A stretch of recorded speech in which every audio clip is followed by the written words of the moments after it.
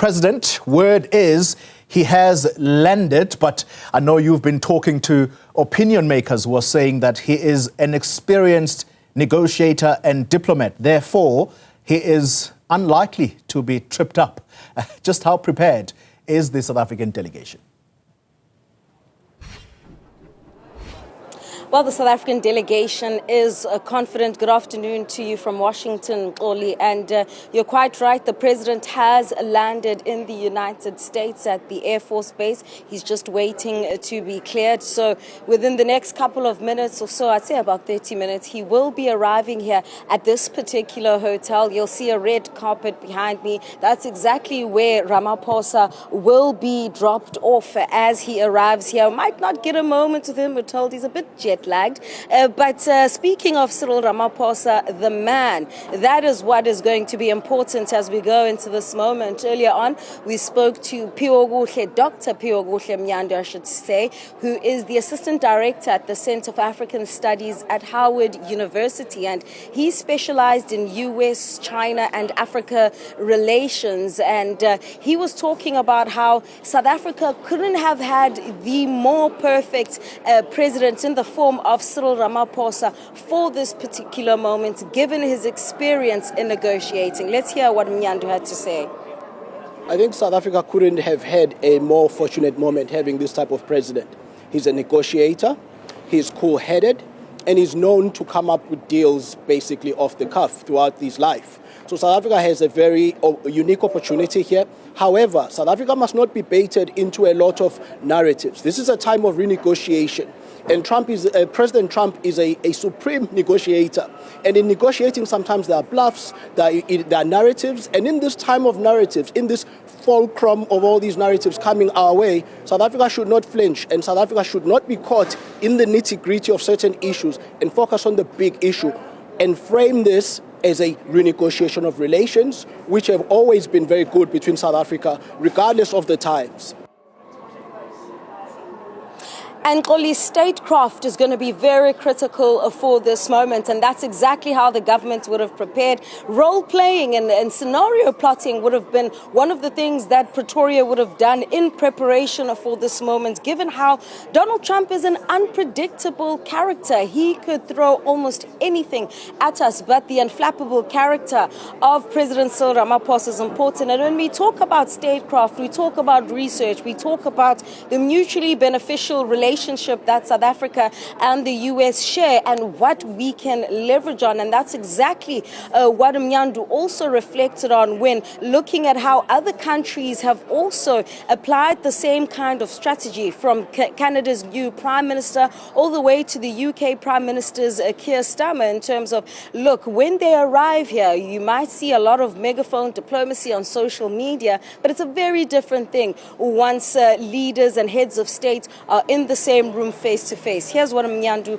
reflected on when it comes to statecraft and how it can be employed in this situation. If you listen to what the rhetoric was before the Canadian Prime Minister came to the White House, you would not have believed the type of amity that existed when he came here.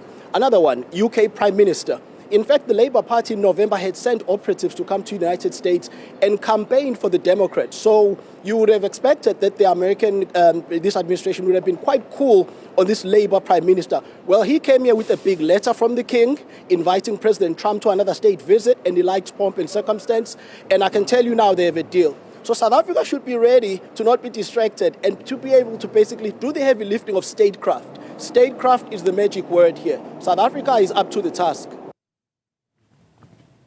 So, Ziyanda, talking about strategy and statecraft, President Ramaphosa, some observers are of the view that he actually did a tactical job in excluding the GNU partners like the Freedom Front Plus, because the Freedom Front is clear as to who its constituency is. They represent Afrikaner interests. Talking about Afrikaner interests, there are those 49 that are in the US right now on a refugee status, but also applauding him for including someone like John Steenhuisen, because they are saying it gives us a window as to what the priorities are going to be, i.e. AGOA? Absolutely, and I think to be very blunt about it, for a moment such as this one, where a lot of the tensions have been characterized as being underpinned by racial undertones, it will be important to have a white man like John Steenhuisen articulating the Expropriation Act. That is something we cannot run away from, and from a party that was the official opposition that is now in the government of national unity, it will be very critical to present that united front as the second biggest partner in the government of national unity, being able to say that these laws are about transformation and form part of our constitutional architecture. That will be very important to have a John Steenhuisen there. And actually, I'm told that Steenhuisen wasn't initially a part of the initial list and was included by the president at the last minute. So, sorry, Xoli, I was just turning around because there seemed to be quite a lot of movement there. Of course, we're waiting any moment for the arrival of the president here at the hotel. But back to your question, about the delegation, having someone like John Steenhuisen, who has also taken some fire from his own constituency and those who would have been prospective voters for him, saying that those 49 Afrikaners arriving in the U.S. they've made a big mistake and that South Africa has a completely different future. I mean, that's a very important remark for him to make. And so at this stage, it seems like the messaging is quite clear and that they'll be presenting a united front. But let us listen to what DIRCO Deputy Director General Clayson Mongela had to say earlier about the South African delegation and how the U.S. side is also likely to match, the level of seniority when it comes to the officials who will be in the room and also participating in the behind closed door meetings.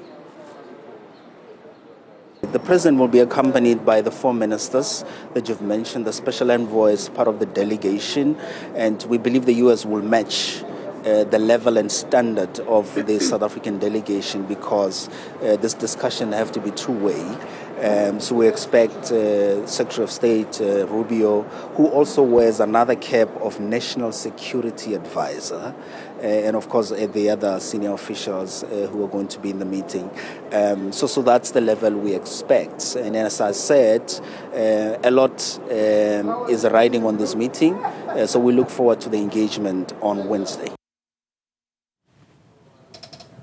All right, very senior delegations expected from both sides. As we wind this down, Ziyanda, talking about the Afrikaners who are in the United States under the guise of being refugees, how are the media in America reporting on the 49 Afrikaners? Is that still a big headline story there?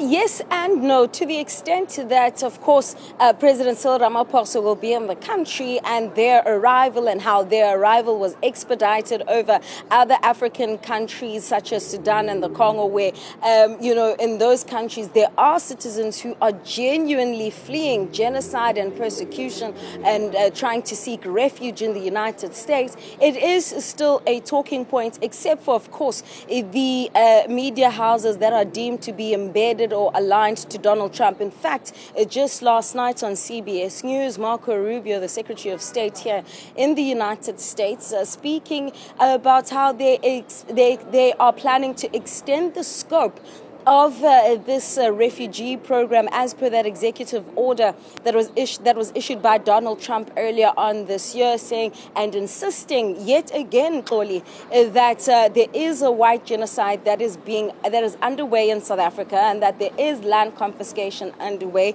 And it's telling that just yesterday, which is Sunday, so close to the meeting between Trump and Ramaphosa, that the Secretary of State is still maintaining and upholding this falsehood.